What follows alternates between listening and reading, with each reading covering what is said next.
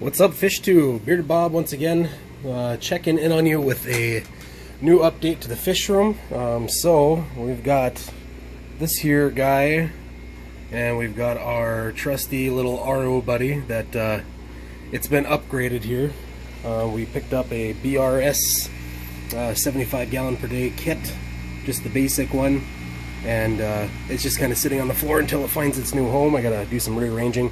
As you can see, the Fishroom is a gigantic disaster. Earlier there was just tubes and hoses everywhere. So in this tub here, this is set up just for like my neocaridina tanks. It's set up to 250 parts per million, remineralized with this guy here, the GHKH plus. And in here right now, you can see barrel's about half full. I've been running this new drip system for I'd say about 5 or 6 hours so far today. And what we've got in here is we've got one of these Jabao DC pumps, the 50-watt version, and that's down on the bottom there. Got a heater in there, got a floating thermometer bouncing around. I got this monstrosity of a piece of pipe coming up here. So this is the water leaving, and I have another tube going down just to help with mixing and keeping the water running, so I don't have to put a little separate submersible pump in here. And then I've got a valve here so I can shut off the water going back that way. And then from there we've got just a little manifold with 2 1/4-inch tubes coming out of it. This is all just kind of temporary until I get this all figured out. Just kind of testing it, and well, not dry fitting, we're wet fitting here. So from there we have the 2 RO systems kind of set up to dump into here. I checked the TDS. I picked up the TDS EZ from HM. That's good. I was using this one. This is one from Amazon or whatever, and it's, you know, it'll get you a ballpark, but it's not going to get you very accurate results. This one seems to be good. I also picked up one of these to add in, and I kind of tested it out, just stuck it in the water, and this one and this one seem to match on TDS, both coming out of the filter and going, you know, from the tank after it's been remineralized. I've checked that too. So we've still got our overflows, because this 55 gallon, obviously you can't drill it. It's tempered glass. They all are. I guess I haven't seen one that isn't tempered in a 55. So we have water just kind of, you know, dumping out, going down to our guy down there, our little condensate pump. And we have water dripping in now, so we have a tube going up, kind of splits off, mind the mess, and then we've got 1 drop coming out of there. We got a little T in the line, 1 drop coming out of here, and it's dripping into the 55 gallon. And then the other line goes up and over and drips into this 40 gallon breeder. And I have been using the RO for a couple months now. It's kind of a pain in the butt to do the water changes, because I have to, you know, lug a little piece of 1/4-inch tube wherever I want to go to fill up tanks, and it takes forever. So being that I already had a automatic drip system set up for my tap water, I figured it wouldn't be too hard to get this set up to drip for my RO water. So that and then, so that was going into the 40 gallon. Down here there's a separate line going into here. And this one's dripping a little bit more because it's basically taking care of 4 tanks. This is the same line that goes to the sump over here. Also crosses over here, drips in that 40 gallon breeder, drips into that 40 gallon breeder. And then everything overflows out of these tanks down into that condensate pump, and then it gets pumped out to the sink. So doing like about a drip per second, 2 drips per second, depending on what size of the tank. I think it's about 3 or 4 drips per second over at the sump aquarium setup or whatever. But it seems to be working good. This barrel obviously is not going to be big enough for all of my water changes. I have to basically fill this every time I do any kind of water change on anything, which I'd been doing all this water changing with sorry, let me move the chair, with this one here. So I've got the tubes coming up where it tees off over there. It goes up and over, and then the red line there is just straight RO water, where I've got it kind of split off here. One side goes down to the barrel, the other side goes up here. There's a valve, and it gets pumped up and over. There's also this canister of DI resin that I've been using quite a bit. Wow, it actually shows up on here. I couldn't tell where I was at. I'm about half gone. And this is a new RO membrane that I stuck in there maybe a month ago. But with regular use, that's what happens. So anyways, it comes up here. I don't have these top tanks hooked up yet. Just takes time and effort, and I'm kind of lazy, so is what it is. So for right now, I've been using this line here. This is the remineralized RO water. This one here is the non-remineralized straight RODI water, and I'll use that for topping off these tanks on the top. So these have all been on this new RO water for, I'd say, about a month, maybe a little bit more than a month. I've kind of been testing the waters for a while. This tank here is a separate kind of water. This is going to be for Sulawesi shrimp. You can see here I've had this tank set up since November, but in January, end of January, started changing it over to the salty, whatever the heck this one is here. Let's see. Sulawesi Mineral 7.5. That was the recommendation from the breeder that I plan on purchasing them from. It's bitter cold here in Minnesota, so I can't really do much there. I can't order any shrimp or anything in the mail, so that one's going to be Sulawesi. These two are set up for neo parameters, as well as this one here. And then this one here is got Akadama substrate. This is that one of the last videos that I made a month or so ago. This one's been cycling since, there you go, that's when it was, December 17th.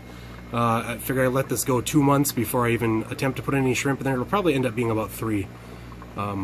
So I've done a bunch of water changes on this. I do them about once a week. After the first like 3 weeks, I let it run for 3 weeks first, and then started doing water changes weekly just to get in there. I've got some Wassertang and some hooker moss or hooker, yeah, whatever that is, right there. But it's came in the mail from one of the breeders that I plan on purchasing from. I want a little plant pack, and he included that for free. But it's super cold outside, and I think it's dead. I'm hoping that maybe it'll come back. Well, you can see that Wassertang just kind of shredded, and wow, that's cool. Also have some new Wassertang in this tank there, a little bit there, and a little bit shoved into the rocks there. So anyways, back to the RO system. Keep getting off track here. So from up here, it'll run down, and I've got it kind of just pinned up here with wire ties, wire staples up in there. And it comes over to each one of these aquariums. Each one has a separate straight RO water, and then a separate remineralized RO water. And it kind of goes across the whole spectrum of these ones, including this 5.5 gallon tank. So this has made water changes pretty easy. It takes a while, but it's okay. I think it's probably better to drip in the water slowly rather than just filling it up all at one time. So these ones, I still have to manually evacuate the water, and I usually do about 10% a week. Sometimes I do a little bit more. Like last week I did 20% on all these tanks. Just trying to figure out where, because all these tanks were at about 450 TDS. So over the last month or so, I've been slowly just doing 10% water changes, replacing it with 250 parts per million salty shrimp, or whatever the heck this one is now, the GHKH plus. And then I've got the barrel down there, that little bucket that's full of the Sulawesi mineral water, and that sometimes it takes a while for that salt to dissolve. Hold on one second here. And we're back. Anyway, so sometimes that salt takes a long time to dissolve. Some people have said to use CO2 and pump it full of CO2, and it should help that salt dissolve. I just let it sit for a month or a week or whatever. So I'll do a water change on it once a week and refill this bucket, check the TDS, raise it back up to 200 to 250. I don't remember, I got it written down somewhere what I raise it to. I think 250 sounds right.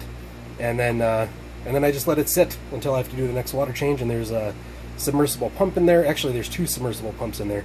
One's just to keep it stirred up all the time, and the other one I use to actually pump the water out of there and up into that tank. But I have to actually move that bucket because the pump is not powerful enough to take it from here all the way up and over to there. But this one here, this Jabao pump, is pretty awesome. I can pump wherever I need to. Sometimes I have to close off this valve to get it to work right, but it works for me. It's a you know, it's kind of a process. It's all kind of testing at this point too, and it's working out rather well. And this is the first day I ended up running all the RO lines to these top 2 aquariums. Previous to that, I was using a little short extension of 1/4-inch tubing and just attaching it to there, and so I could pump water up and over into here. So basically how it works now is I keep that barrel full, remineralize to 250 parts per million, and now I've got the setup on these tanks where it's dripping in, you know, a couple drips per second or whatever. I don't know if we can even see it on here, but probably not. But anyway, so that's the story. I'm sticking to it, and it's probably going to take a few months for the TDS in these tanks to drop completely.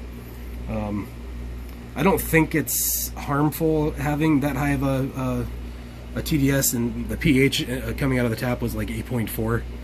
I don't think it's detrimental to these Neos and stuff, but I have some other inhabitants now that I really wanted to kind of control the water parameters so I didn't get too high for them. And I figured I might as well switch over the whole fish room to it.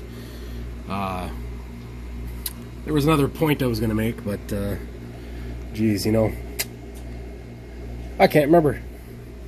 So anyways, it'll take a few months to completely switch these things over and to drop the TDS, but I think that's probably a good thing. I don't think it should take, I don't think you should do it all in one water change anyways.